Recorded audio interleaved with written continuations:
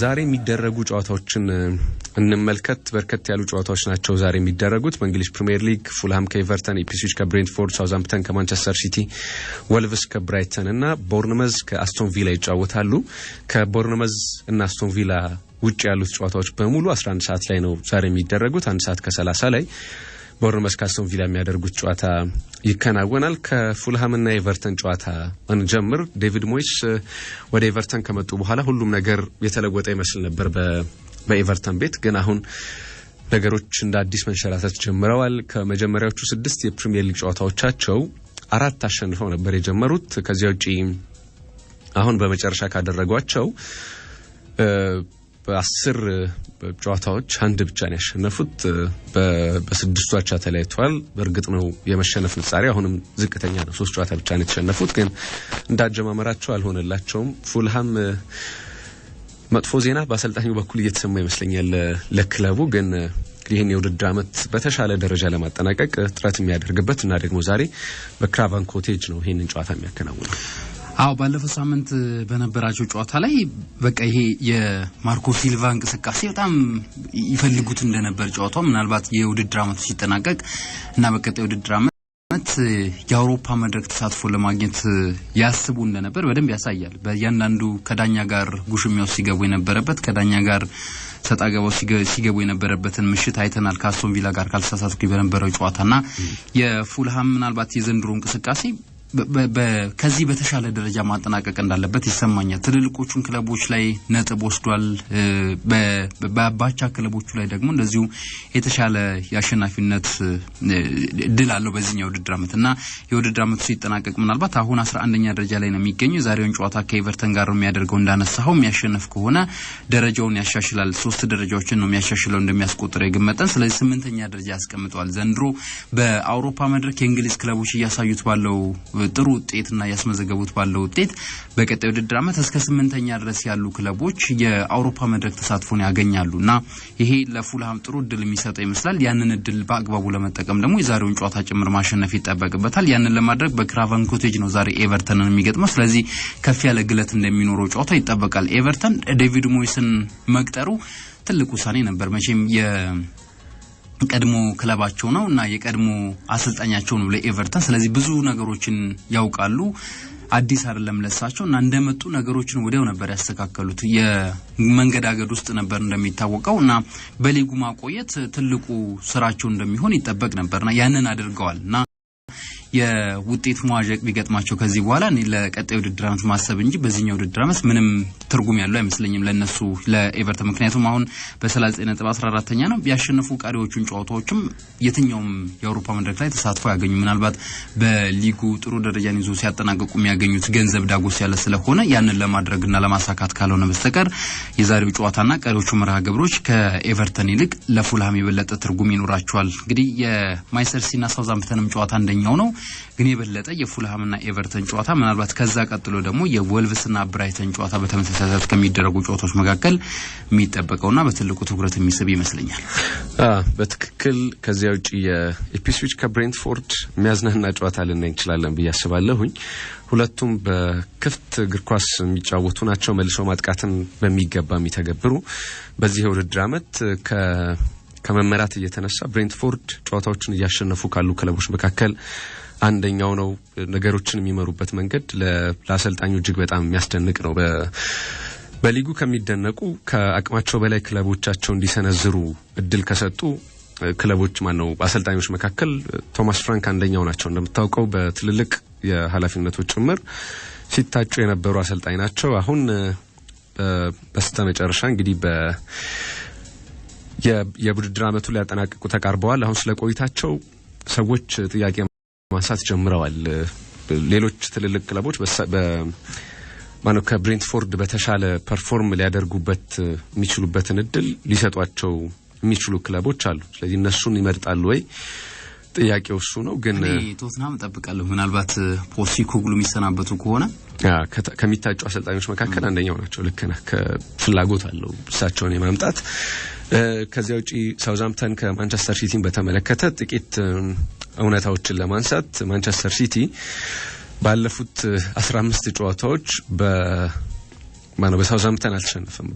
በአብዛኞቹን 11 ጨዋታዎችን አሸንፏል። 3 አቻ ተለያይቷል እና በአንድ ጨዋታ ብቻ ነው በሳውዛምፕተን ከመጨረሻ 15 ጨዋታዎች የተሸነፈው። ከዚያ ውጪ በዚህ የውድድር ዓመት ሳውዛምፕተን እስካሁን ካደረጋቸው ጨዋታዎች እንደምታውቀው 28 ጨዋታ ተሸንፏል እና ዛሬ የሚሸነፍ ከሆነ ሪካርድ ነው የሚሆነው። ይሄ በታሪክ እንዲህ አይነት ነገር ገጥሞ አያውቅም። ከዚህ በፊት 29 ጨዋታዎች የተሸነፉ ክለቦች አሉ፣ ግን በጣም ጥቂት ናቸው በቁጥር ከተመለከትናቸው። አንደኛው ሰንደርላንድ በ2005-2006 የውድድር ዓመት ከራሱ ከሳውዛምፕተን እኩል 29 ጨዋታዎች የተሸነፈበት፣ ደርቢ ካውንቲ በ2007-2008 በተመሳሳይና ሼፊልድ ዩናይትድ በ2020-2021 በታሪክ መጥፎ የፕሪሚየር ሊግ ሲዝኖች መካከል አንዱን አሳልፎ እንደወረደ እናውቃለን። ክሪስ ዋይልደር ነበሩ ክለቡን ይመሩት የነበሩት። በመጣበት ዓመት በጣም ጥሩ ተንቀሳቀሱ፣ ግን በኋላ ላይ ነገሮች ሁሉ ከብዷቸው መጥፎውን ሲዝን አሳይተውን ወርደዋል። አሁን ሳውዛምፕተን የአሰልጣኝ ለውጥ አድርጓል። 28 ጨዋታዎች ተሸንፏል። ዛሬ ከተሸነፈ ከዚህ ሪከርድ ጋር እኩል ይሆናል። ቀሪ ጨዋታዎች አሉ እና በእነዚህ ጨዋታዎች ላይ የሚፈጠረው ነገር ደግሞ የበለጠ በታሪክ መጥፎ ክለብ ሊያደርገው ይችላል። እንደምታውቀው ከአንድ ዓመት በፊት ከሊጉ ሲወርድ በፕሪሚየር ሊጉ ወርደው ከማያውቁ ክለቦች መካከል አንደኛው ሳውዛምፕተን ነበር እና ወረደ፣ ማይሆን ታሪክ የለም በሚል ብዙዎች ሀዘናቸውን ገለጹ እና ላይሆን የሚችል ነገር እንደሌለ ማሳያ ነው በሚል እና ደግሞ የሳውዛምፕተን እጅ የሌለበት ክለብ የለም በፕሪሚየር ሊጉ ላይ። እንደምታውቀው ሊቨርፑል አሁን ያለውን ኃያልነት ሲገነባ ወሳኝ ተጫዋቾችን ከሳውዛምፕተን አምጥቶ ነው አሁን ያለበት ደረጃ ላይ የደረሰው። የነ ላላናና ማን አስተዋጽኦ ግልጽ ስለነበረ ማንቸስተር ዩናይትድ በየአመቱ ከሳውዛምፕተን በሆነ ወቅት ላይ ተጫዋቾችን የሚያስፈርም ክለብ ነበር። የተቀሩት አብዛኛዎቹ ክለቦች ከሳውዛምፕተን ጥሩ ለመሆን ካሰቡ ተጫዋቾችን ያስፈርሙ ነበር። ምክንያቱም አካዳሚያቸው ጥሩ ተጫዋቾችን ያወጣል። ወጣት ተጫዋቾች እድል በመስጠት የሚታሙ አልነበሩም ሳውዛምፕተኖች። አሁን በቅርብ አመት ያጡት ኤሌመንት ይሄኛው ነው። እንዳለፉት ጊዜያት ጥራት ያላቸው ተጫዋቾችን ማውጣት አልቻሉም። በዚያ ምክንያት በደንብ እየተቸገሩ ነው በፕሪሚየር ሊጉ። ቦርንመስ ካስቶን ቪላ ሌላ በጣም የሚያዝናና ጨዋታ ይመስለኛል። ምሽት 1:30 ላይ ነው የሚደረገው። ሁለቱም በተመሳሳይ ልክ እንደ ኢፕስዊች እና ብሬንትፎርድ ሁሉ መልሶ ማጥቃትን የሚጠቀሙ ግን የነዚህኞቹ የሁለቱ ክለቦች መልሶ ማጥቃት ደግሞ በደረጃው ላቅ ያለ በጣም ጥራት ያለው መልሶ ማጥቃት የሚከውኑ ክለቦች ናቸው። ሲያስፈልግ ቦርንሞዝ አልፎ ኳስ ለመቆጣጠር ጥረት ያደርጋል። አስቶን ቪላም እንዳስፈላጊነቱ ይህንን ማድረግ የሚችል ክለብ ነው። በዚህኛው ጨዋታ ግን ከሁለት አንዱ የኳስ ቁጥጥሩን የበላይነት መውሰድ የግድ ይኖርባቸዋል። በተለይ ቦርንመስ በሜዳው ነው የሚጫወተው። ስለዚህ በተርፍ ሞር የበላይ ሆኖ ለማጠናቀቅ ኳሱን ከአስቶን ቪላ በተሻለ ለመቆጣጠር ጥረት ሊያደርግ ይችላል። ግን ግብ የሚያስቆጥር ከሆነ በመልሶ ማጥቃት ነው ሊያስቆጥር የሚችለው ያለምንም ጥርጥር። ነገ የሚደረጉ ጨዋታዎችን እናንሳ። የነገዎቹ እንግዲህ በተለይ የማንቸስተር ዩናይትድ እና ዌስት ሃም ዩናይትድ ጨዋታ ይጠበቃል። ከዛ ውጪ የአርሰናልና ሊቨርፑል ጨዋታም እንደዚሁ በነገ መርሃ ግብር ከሚደረጉ ጨዋታዎች መካከል ናቸው። ያው አስቀድሞ ሊቨርፑል ሻምፒዮን መሆኑን ያረጋገጠ ክለብ ነው። ግን አርሰናል የሁለተኝነት ደረጃን ላለማጣት ማሸነፍ ከሚጠበቅበት ጨዋታዎች መካከል አንደኛው የነገው ይመስለኛል። ማንቸስተር ዩናይትድ ከዌስት ሃም የሚያደርጉት ጨዋታ ቀን 10 ሰዓት ከሩብ ላይ ነው የሚደረገው። የኖቲንጋም እና ሌስተር ሲቲ ጨዋታ በተመሳሳይ ሰዓት ከአርሰናል እኩል ዩናይትድ እኩል የሚደረግ ነው የሚሆነው። 12:30 ላይ የሊቨርፑልና አርሰናል ጨዋታ ይደረጋል። ቀደም ብሎ ግን በተመሳሳይ ከ10 ሰዓት ከሩብ ላይ ከማንቸስተር ዩናይትድ ጋርና ከማንቸስተርና ዌስት ሃም ዩናይትድ ጨዋታ እኩል የቶትንሃምና ክሪስታል ፓላስ ጨዋታ ይደረጋል። አርሰናል ሊቨርፑልን እያጨበጨበ ነው የሚቀበል። አርቴታ አረጋግጧል። ከኛ በላይ ናቸው። በዚህ የውድድር ዓመት ኮንሲስተንት ሆነው ነው የተጓዙት። ስለዚህ ይገባቸዋል እና እነሱ ደረጃ ላይ ለመድረስ መስራት አለብን። የመዳረሻችንን መንገድ ያሳዩ ስለሆኑ ክብር ልንሰጣቸው ይገባል እና ጨበጭባለን የሚል አስተያየቱን ሰጥቷልና ያው እንደ ፍላጎት ነው የሚወሰነውና ምናልባት ህጉ የተጻፈ አይደለም ግን ደግሞ በእንግሊዝ ለእንደዚህ አይነት የጀግና አቀባበል ይደረጋል። ያንን ነው የሚተገብሩት። ምናልባት ግርታ እንዳይፈጠር ነው። ህግ አይደለም ግን ደግሞ ክለቦች ስትወድ የምታደርገው ነው። ማንም አያስገድድህም። ግን ለየትኛውም ጊዜ ላይ ቢሆን እኔ በእኛ ሀገር ሊከብድ ይችላል ይሆናል የበላይን ያለ የበለጠን አምኖ መቀበል ሊከብደን ይችላልኛ ግን እንደ መማሪያ ነው የሚቆጥሩት በተቀሩት ሀገራት ላይ ስለዚህ እናጨበጭባለን ምንም ጥያቄ የለውም የሚል አስተያየታቸውን ሰጥተዋል በመጥፎ ጎኑ ሊታይ አይገባም እኔ ጥሩ የውድድር ዓመት ነው ያሳለፈው አርሰናል ካለው ስኳድ አንፃር ከዚህ በላይ መሰንዘር ነበረበት የሚሉ ሰዎች አሉ ግን ሁሉም ጥፋት የጀመረው የውድድር ዓመቱ መጨረሻ ላይ አንዳንድ መጠገን የነበረባቸው ቦታዎች ሳይጠገኑ ተጀመረ የውድድር ዓመቱን አጋማሽ በሙሉ በዚያ መንገድም ቢሆን ጥሩ ተጉዟል ከውድድር ዓመት አጋማሽ በኋላ መፍትሄ መፈለግ ነበረበት አርሰናል ሁሉም ነገር ያበቃው በመጀመሪያው አጋማሽ አይደለም ሁለተኛው አጋማሽ ላይ የተሻለ መንቀሳቀስ የሚችልበት ለሊግ ዋንጫ መፎካከር የሚችልበት እድል ነበረው ግን ማጥቃቱ በጣም ደካማ ስለነበር ግቦችን ማስቆጠር አልቻለም በዚያ ምክንያት ከፉክክሩ ውጭ ሆኗል አንዳንድ ነገሮች ላይ እድለኛ አልነበረም ለምሳሌ ባለፉት አመታት ብዙ ጉዳት ከማያጠቃቸው ክለቦች መካከል አርሰናል አንደኛው ነበር በተለይ ባለፈው የውድድር ዓመት ግን የውድድር ዓመቱ ወደ ማለቁ ሲቃረብ ጉዳቶች ይመጡበታል የመጀመሪያ ጊዜዎችን በፍጹም የሚያበላሹ አይነት ጉዳቶች ናቸው የሚመጡት የሳካ ጉዳት ትልቅ ቦታ ነበር በዚህ የውድድር ዓመት አርሰናል እንዲሆኑ ለመታየቱ ከዚያ ውጪ የቡድኑ ከፍተኛ ግብ አስቆጣሪ ካቫት በተመሳሳይ በወሳኝ ምዕራፍ ላይ ነው የተጎዳው እና እንደምታዩት ያላጥቂ ነው የሚጫወተው አርሰናል ስለዚህ ከዚህ የተለየ ነገር መጠበቅ የሚገባ አይመስለኝም ሌሎች ክለቦች ተጫዋቾቻቸውን በጣም ወሳኝ ተጫዋቾቻቸውን በጉዳት ሲያጡ እንዴት እንደሚሆኑ ማየት ቀላል ይመስለኛል የአንድ የሮድሪ ጉዳት ብቻ ማንቸስተር ሲቲ ምን ያክል እንደጎዳ እና በፍጹም ለዋንጫ ሳይሆን ለቶፕ 4 መጫወት እንዴት እንደከበደው አይተናል ስለዚህ የአሰልጣኙን ጥረት ማድነቅ ያስፈልጋል በሜዳ ላይ የሚሰጠው ነገር ግን ከሜዳ ውጪ ቡድኑን ማኔጅ ያደረገ ያለበት መንገድ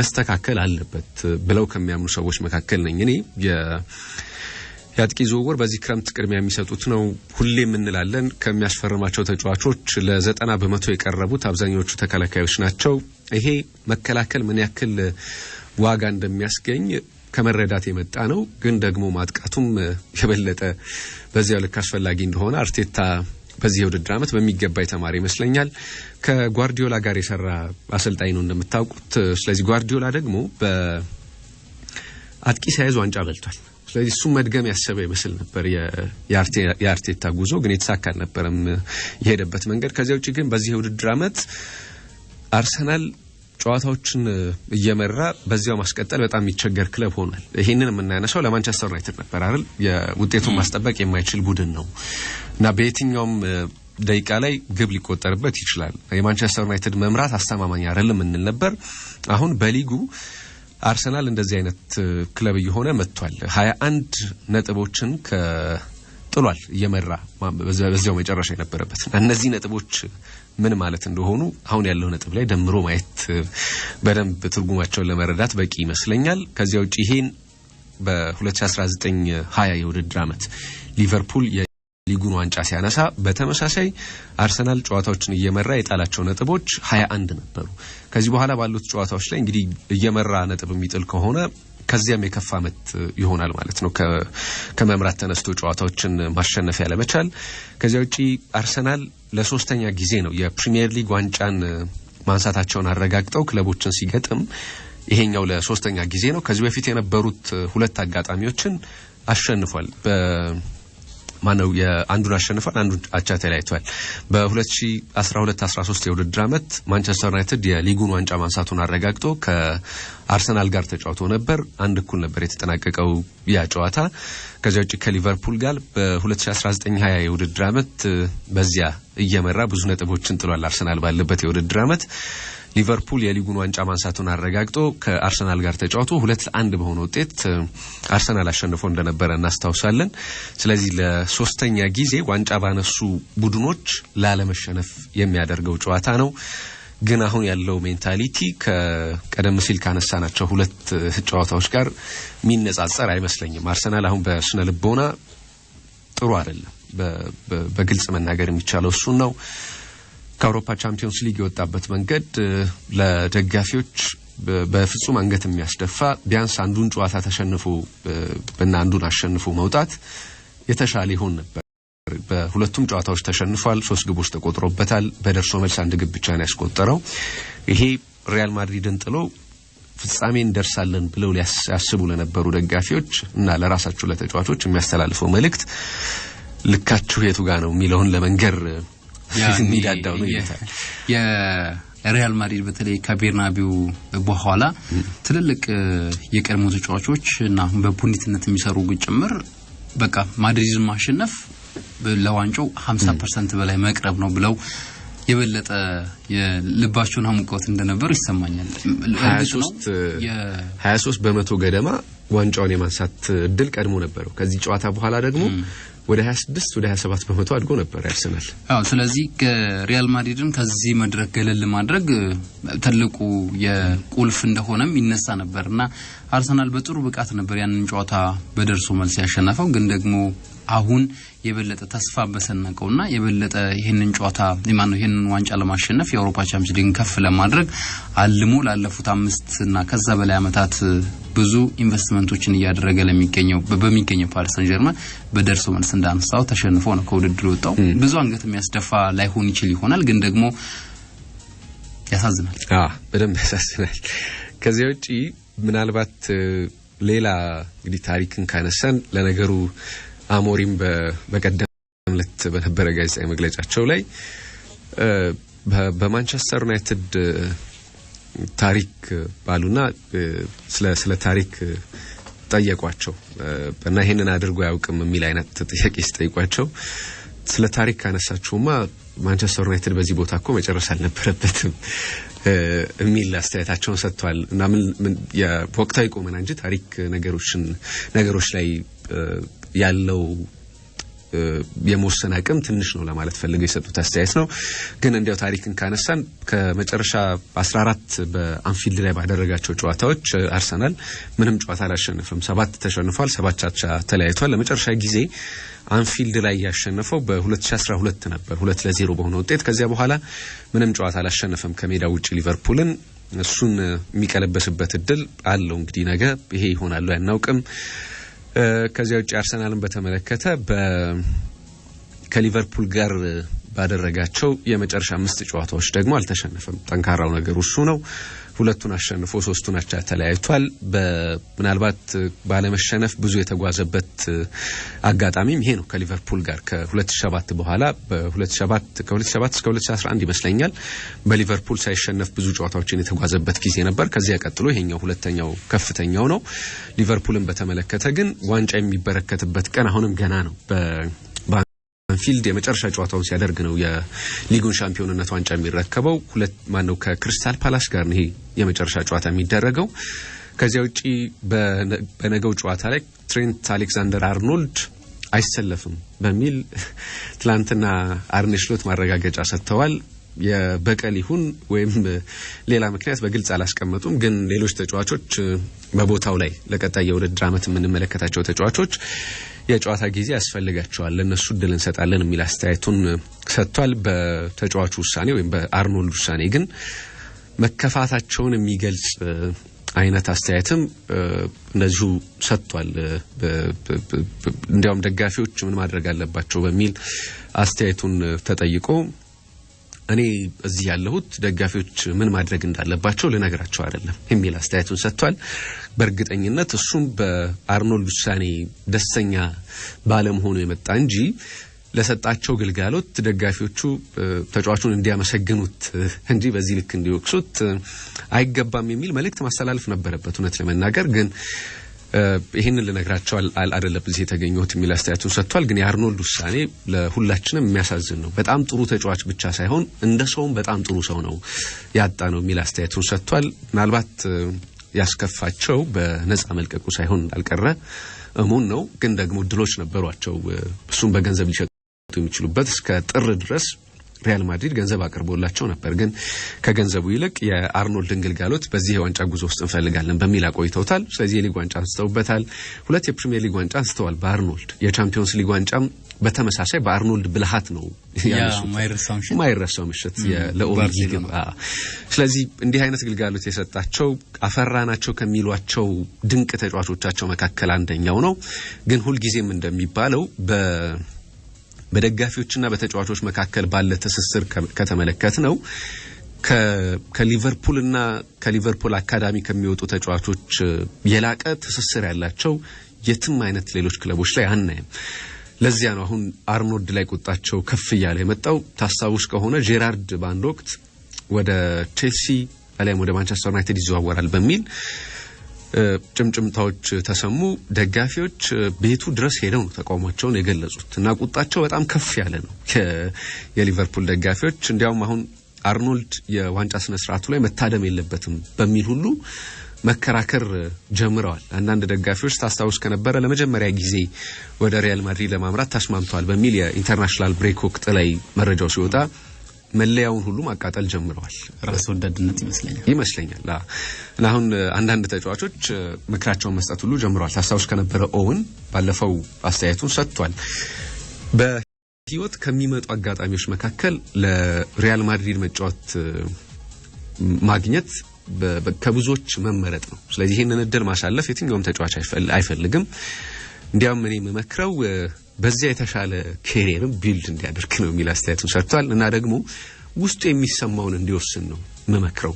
ምክንያቱም በደጋፊዎች ብቻ የሚወሰን ነገር የህይወቱ ላይ ያን ያክል ተጽዕኖ ሊያመጣ አይገባም በሚል ተከራክሮለታል። እንግዲህ አሁን አሰልጣኙ ትልቅ ተጫዋች ነው የምናጣው የሚል አስተያየታቸውን ሰጥተዋል። ወደ ማድሪድ የሚሄድ እድሉ ሰፊ ነው። ምናልባት እስካሁን በጭምጭምታ ደረጃ ስንሰማው ነበር፣ ግን ትላንት ይፋ ሆኖ የተረጋገጠው ሌላኛው ሊቨርፑልን የተመለከተው ጉዳይ ይሄኛው ነው።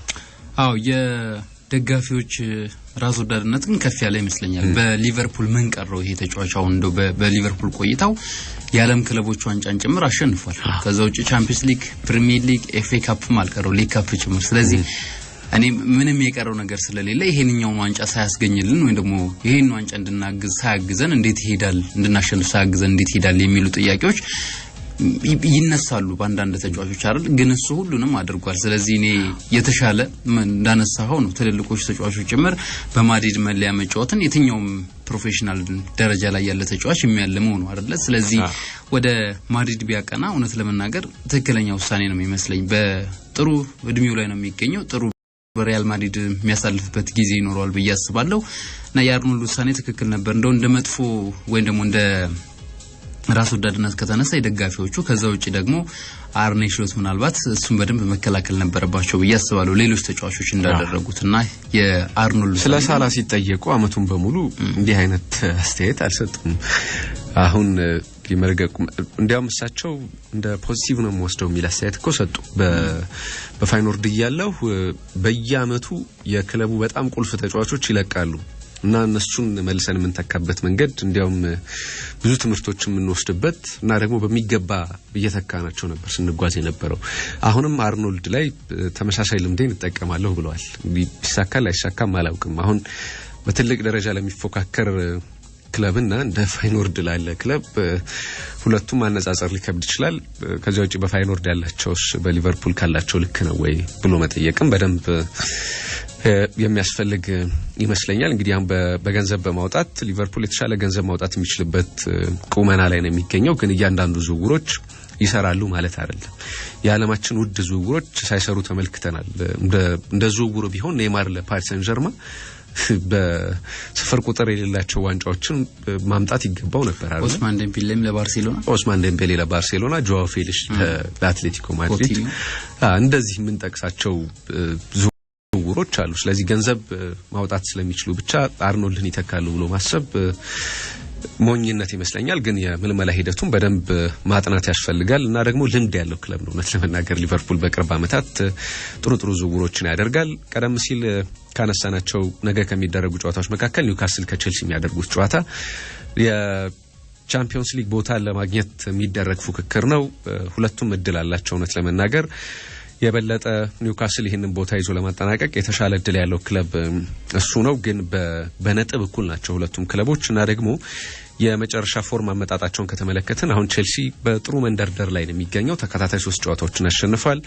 ይሄ ጨዋታ ከሜዳው ውጪ የሚደረግ ጨዋታ ነው። ግን ደግሞ ባለፈው ሳምንት ሊቨርፑልን አሸንፏል 3 ግቦችን አስቆጥሮ። ስለዚህ ጥሩ የስነ ልቦና ስንቅ የሚሰጥ ጨዋታ ይመስለኛል። ኒውካስል በብራይተን ነው ነጥብ የጣለው። ግን ከእያንዳንዱ ሽንፈትና ነጥብ መጣል በኋላ ኒውካስል ምላሽ የሚሰጥበት መንገድ በጣም የሚያስፈራ ነው። ለዚህ ዛሬ ማነው ነገ ቼልሲ ላይ እንደዛ እንዳይሆን ያሰጋል። ኩል 63 ነጥብ አላቸው። ቀደም እንዳነሳሁት የሚያሸንፈው ክለብ የበለጠ የቻምፒየንስ ሊግ ቦታን ይዞ ለማጠናቀቅ እድል አለው። አሁን ቶፕ 4 ነው የምንለው ደጋግመን ልምድ ስለሆነብን እንጂ ቶፕ 5 መሆን አለበት። ምክንያቱም እስከ 5ኛ ደረጃ ድረስ በቻምፒየንስ ሊግ በእንግሊዝ ክለቦች መሳተፍ የሚችሉበት እድል ስላላቸው መብት እንበለው አይደል፣ እድል ብቻ አይደለም። ግን ደግሞ በቀጣይ ዓመት በአውሮፓ እግር ኳስ በሚኖራቸው ደረጃ ሊጉ በሚኖረው ደረጃ ይሄ ፍላክቹዌት ሊያደርግ ይችላል። ዋስትና አይደለም ለሁሉ ጊዜው። ግን በዚህ ውድድር ዓመት 5 ክለቦች በቻምፒየንስ ሊጉ መሳተፍ ይችላሉ። ሌላ ከዛሬ ጨዋታዎች ማነው ከምናነሳው የተለየ ነገር የለም። በሌሎች ሊጎችም ትልልቅ ጨዋታዎች ነገ ነው የሚደረጉት እንዳልነው ኤል ክላሲኮ ይደረጋል። ብዙዎች ስለዚህ ጨዋታ እንድናነሳ ይጠብቃሉ ያለ ምንም ጥርጥር። እንግዲህ በዚህ ዓመት አብዛኞቹ የኤል ክላሲኮ ጨዋታዎች በጠበቅነው ልክ ያገኘናቸው በጣም ጥቂቱን ነው። ነገ 11 ሰዓት ከሩብ ላይ በባርሴሎና አዲሱ ሜዳ የሚደረግ ጨዋታ ነው። በኦሊምፒክ ሉዊስ ካምፖኝ ስቴዲየም የሚደረግ ጨዋታ ነው። ባርሴሎና የ4 ነጥቦች ልዩነት ይዞ ላሊጋውን እየመራ ነው የሚገኘው። ለሪያል ማድሪድ ይሄን ጨዋታ ማሸነፍ በላሊጋ ፉክክር ውስጥ እንደ አዲስ ነፍስ እንደ መዝራት ነው የሚቆጠረው። 35ኛ የላሊጋ ጨዋታቸውን ነው የሚያደርጉት። ከዚያ በኋላ የሚደረጉት 3 ጨዋታዎች ናቸው እና ባርሴሎና ላይ የበለጠ ጫና ለማሳደር እና ደግሞ የትኛውንም እድል የሚያገኝ ከሆነ የሊጉን ዋንጫ ለማንሳት የሚታገልበት ጨዋታ ነው። እንዳለፉት ጨዋታዎች ሁሉ ቀላል ይሆናል ተብሎ አይታሰብም። ለምሳሌ የባለፈው የዋንጫው ጨዋታ ከጨዋታው አስቀድሞ ብዙ መነጋገሪያ ርዕሶች ነበሩ። ስለ ጨዋታው ካወራ ነው ይልቅ ስለ ዳኞች ያወራ ነው እጅጉን ሚዛን የደፋ እንደነበረ እናስታውሳለን። አሁን ከዚህኛው ጨዋታ አስቀድሞ ሁሉም ነገር ስክነት ላይ ያለ ይመስላል። በሪያል ማድሪድ ቤትም በባርሴሎና ቤትም ሁለቱም ክለቦች ከአውሮፓ ቻምፒየንስ ሊግ ውጪ ሆነዋል። በተለየ ራሳቸውን በሀገሪቱ ሊያገዝፉ የሚችሉበት እድል ይሄኛው የአውሮፓ መድረክ ዋንጫ እንደነበረ የሚታወስ ነው። አሁንም ቢሆን ብዙ ዋንጫዎችን በዚህ ውድድር ዓመት በማንሳት የተሻለው ባርሴሎና ነው። እስካሁን ድረስ 2 ዋንጫዎች አንስቷል። ምናልባት የላሊጋ ዋንጫ የተሻለ እጁ ላይ ያለው ባርሴሎና ነው። ስለዚህ ሪያል ማድሪድ የውድድር ዓመቱን ያለ ምንም ዋንጫ ላለማጠናቀቅ የሚታገልበት ጨዋታ ነው። የክለቦች ያለ ዋንጫ ላይ ይሳተፋል። ግን እሱን እንደ ትልቅ ዋንጫ ወይም እንደዚህ ውድድር ዓመት አካል አድርገን ላንቆጥረው እንችላለን። ምክንያቱም ዝውውሮችን ጭምር ክለቦች ማድረግ ስለሚፈቀድላቸው። እንደውም አርኖልድን እኮ ሪያል ማድሪድ ካሁኑ ለመውሰድ 1 ሚሊዮን ፓውንድ አካባቢ አቅርቧል ለሊቨርፑል። ያለም ክለቦችን ምናልባት ማዘዋወር ስለሚችሉ ከዛ ጋር ተያይዞ እንዳነሳው ከዚያ ውጪ አሰልጣኝም ሊለውጥ ይችላል ሪያል ማድሪድ እና አሁን ባለው አሰልጣኝ ላይ ሄድ ይችላል ወደ ክለቦች ዓለም ዋንጫ። በብዙ ለውጦች ውስጥ የምናየው ሊሆን ይችላል የዓለም ዋንጫውን የክለቦችን የዓለም ዋንጫ። ግን ይሄኛው ጨዋታ አሁንም ለባርሴሎና የማሸነፍ ግምቶች ቀድመው ተሰጥተዋል። 49% ይሄንን ጨዋታ ያሸንፋል በሚል በተለያዩ እንግዲህ ቅድመ ግምቶችን በሚሰጡ ተቋማት ወጥቷል። የቅርብ ጨዋታዎችን በተለይ የቻምፒየንስ ሊጉን ጨዋታ ከተመለከትን አሁንም ባርሴሎና ይሄንን ጨዋታ ሊያሸንፍ የሚችለው በመከላከሉ ሳይሆን በሚያስቆጥራቸው የግቦች መጠን ነው የሚሆነው። በኮፓ ዴላሬ ፍጻሜ ጨዋታ ሪያል ማድሪድን ያሸነፈው በመከላከል አይደለም፣ በግቦቹ መጠን ነው። ስለዚህ ይሄኛውም ጨዋታ በተመሳሳይ ብዙ ግቦችን ልናይ የምንችልበት ጨዋታ እንደሚሆን ይታሰባል እና በሁለቱም ክለቦች በኩል የተለየ አዲስ የሰማናቸው የጉዳት ዜናዎች የሉም። ግን የመጨረሻ የእርስ በርስ ግንኙነታቸው በሙሉ በባርሴሎና የበላይነት ተጠናቀው ስለነበር ነገሮች ለባርሴሎና ያደላሉ። ግን ደግሞ ሪያል ማድሪድ የውድድር ዓመቱን ለማዳን ያለው የመጨረሻ እድል ይሄኛው ጨዋታ ነው። በትክክል ምናልባት የዚህ የ2024-25 የውድድር ዓመትን የመጀመሪያ ጨዋታውን ጀምረን በአቋም መለኪያ ጨዋታም ተጫውተው ባርሴሎና አሸንፏል። እሱን ጨምረን ከቆጠርን ይሄኛው ግንኙነታቸው 5 ወይ 6 ካልተሳሳትኩኝና በዚህ የውድድር ዓመት ኤል ክላሲኮን ለማየት የጓጓ ሰው በደንብ ሆኖለታል ብዬ አስባለሁ። ግን ደግሞ የጎደሉ ነገሮች አሉ። ኤል ክላሲኮ ላይ የቀድሞ የሜዳ ላይ ግለት የለም። የቀድሞ ብዙ የበዙ ግቦች የሚቆጠሩበት እርግጥ ባርሴሎና 4 ግብ አስቆጥሮ አሸንፏል ቤርናቢው ድረስም ተጉዞ። ግን ደግሞ ያንን የቀደመውን ሜሲና ክርስቲያኖ የነበሩበትን ጊዜ አልተመለከትንም እውነት ለመናገር በዘንድሮ የኤል ክላሲኮ። ግን ነገው ጨዋታ ትልቁ ትርጉም ለሪያል ማድሪድ ይመስለኛል። ለባርሴሎና እንደ አንድ የ3 ነጥብ ጨዋታ ነው። ለሪያል ማድሪድ ግን ከዛም በላይ ትርጉም ያለው ምናልባት እንደ 6 ነጥብ ሊቆጥረው የሚችል ጨዋታ እንደሆነ ይሰማኛል። ምክንያቱም የሳምንታቶቹ የተጠናቀቁ ነው። 3 ሳምንታት ብቻ ናቸው የቀሩት የዛሬውን ጨምሮ። ስለዚህ ባርሴሎና ምናልባት ይሄንን ጨዋታ ከጨዋታው 1 ነጥብ ማግኘት ባርሴሎና ዋንጫውን እንደወሰደው ማረጋገጫ የሚሆን ይመስለኛል። ከዛ በኋላ ባሉት መርሃ ግብሮች እንኳን ስንመለከት የሪያል ማድሪድ መርሃ ግብር ነው ከባድ የሚመስለኝ በወረቀት ላይ ባሉት። ከዛ ውጪ ላለመውረድ የሚጫወቱ ክለቦችን ይገጥማል ሪያል ማድሪድ። ስለዚህ ከባድ ይሆንበታል። ነገ ምናልባት ቀደም ሲል ስታነሳ ነበር ሶል በማጥቃቱ ተማምኖ ነው ባርሴሎና ጨዋታዎችን እያሸነፈ ያለው። በማጥቃቱ ብቻ አይመስለኝም የበለጠ እንደውም ከነገ ተጋጣሚው ሪያል ማድሪድ የመከላከል ጥንካሬው የተሻለው ክለብ እሱ ነው። ሪያል ማድሪድ እንዳለመታደልም ሆኖ በቀጣት ሩዲገርን አያሰልፍም። ከዛ ውጪ ወሳኝ የሚባሉ የተከላካይ ስፍራ ተጫዋቾቹ የሉ። ካርቫል፣ ሜልታው ብዙዎቹ ማንሳት እንችላለን። ወደ 5 የሚጠጉ የተከላካይ ሲኒየር የምንላቸው ተጫዋቾቹ የሉም። ይሄ ደግሞ እንደ ፈለገ ከየትኛውም የሜዳ ክፍል ላይ ግብ የሚያስቆጥሩ ያጥቂ ክፍል አለው ባርሴሎና የበለጠ የሚመቻችለት የበለጠ እድል የሚፈጥርለት ይመስለኛል። ነገ ብዙ ግቦችን እንደምናይ ይሰማኛል። ግን ደግሞ ብዙ ግቦችን የሚያስቆጥረው ቀደም ሲል እንዳነሳ ነው ባርሴሎና ነው። ሪያል ማድሪድ ይሄንን ጨዋታ ብቸኛ ማሸነፍ የሚችልበት እድል ካለ ቀድሞ ግብ አስቆጥሮ በመከላከል ሂደት ተጠናክሮ የአጥቂ መስመር ተጫዋቾችንም ወደ ኋላ አስቦ በመጫወት ይመስለኛል። ባርሴሎና ግን በሁሉም በኩል ኳስን መስርቶ በመጣት ከዛ ውጪ በመልሶ ማጥቃትም ዘንድሮ እጅግ የተዋጣለት ክለብ ነው። ኢንተር ላይ እንደ አጥር በጥንካሬው በመከላከል የሚታወቀው ኢንተር ላይ የበዙ ግቦችን አስቆጥሯል። እንግዲህ ወደ 6 የሚጠጉ ግቦች አይደል በሁለቱም ጨዋታ ያስቆጠረው። ስለዚህ ለሪያል ማድሪድ መጥፎ ይመስለኛል የነገው ምሽት። ምንም ጥያቄ የለውም። ከቀጣይ ጨዋታቸውን በተመለከተ እንዲያውም ቅድም ስታነሳ ቀላል የማይመስሉ ጨዋታዎች አሉ ባርሴሎናን በተመለከተ። ለምሳሌ ከቪያሪያል ጋር የሚደረግ ጨዋታ በየትኛውም ሂደት ቀላል ሊሆን አይችልም ለባርሴሎና። በዚህ አመት ቪያሪያል በጣም ድንቅ ጊዜን እያሳለፈ ነው በላሊጋው። እንደምታውቀው የሆኑ ከፍና ዝቆች አሉት እርግጥ እውነት ለመናገር ግን በቻምፒየንስ ሊግ ቦታ ላይ ነው የሚገኘው። ተከታታይ 2 ጨዋታዎች አሸንፏል። ከመጨረሻ 5 ጨዋታዎች 3ቱን ያሸነፈ ክለብ ነው። 1 ጨዋታ ብቻ ነው የተሸነፈው። መሸነፍ ካለበት እንግዲህ በሊግ መሪው በባርሴሎና ከተሸነፈ አላውቅም እንጂ ቀላል ፈተና ይሰጣል ተብሎ አይታሰብም። ሌላኛው ጨዋታቸው በዚሁ በቻምፒየንስ ሊግ ቦታ ላይ መጨረስ የሚጫወተው አትሌቲክ ቢልባኦ ነው። ቢልባኦ በአውሮፓ ቻምፒየንስ ሊግ ከውድድር ውጪ ሆኗል። ስለዚህ በዩሮፓ ሊግ ከውድድር ውጪ ሆኗል። ቻምፒየንስ ሊጉ ላይ መሳተፍ ካለበት በላሊጋ የሚይዘው ደረጃ ነው የሚወስነው። ጉዳቶች አሉ። ተጫዋቾቻቸው የማይመለሱ ከሆነ ለባርሴሎና ነገሩን ሊያቀል ይችል ይሆናል። ግን ደግሞ አሁን ባለበት ልኬት የሚጫወት ካልሆነ በስተቀርና ጉዳቶች የሚመለሱ ከሆነ ለባርሴሎና ነገሮች በጣም ይከብዳሉ ያስባለው። ከኤስፓኞል ጋር የሚደረገውም ጨዋታ ቀላል አይሆንም ለባርሴሎና። በአንጻራዊነት ከተመለከት ነው ግን ከዚህ በኋላ ከሚያደርጋቸው ጨዋታዎች በጣም ቀላሉ ከኤስፓኞል ጋር የሚደረገው ጨዋታ ነው። ሪያል ማድሪድ በስፔን ላሊጋ ሻምፒዮን ለመሆን ያለው እድል በጣም ጠባብ ነው ለመናገር። ከዚህ በኋላ በላሊጋው አሁን ከሪያል ማድሪድ ጋር ከባርሴሎና ጋር ከተጫወተ በኋላ በሜዳው ማዮርካን ነው የሚገጥመው። ያን ያክል አደገኛ ጨዋታ ላንለው እንችላለን። ግን ይሄን ጨዋታ በባርሴሎናን ማሸነፍና ከዚህ በኋላም ባርሴሎና የሚቀሩት ጨዋታዎች ላይ ነጥቦቹን ይዞ የሚቀጥል ከሆነ በአንድ ነጥብ ልዩነት ዋንጫው ማንሳት ይችላል። የግብ ልዩነትም ባርሴሎና ነው የበላይነት ያለው።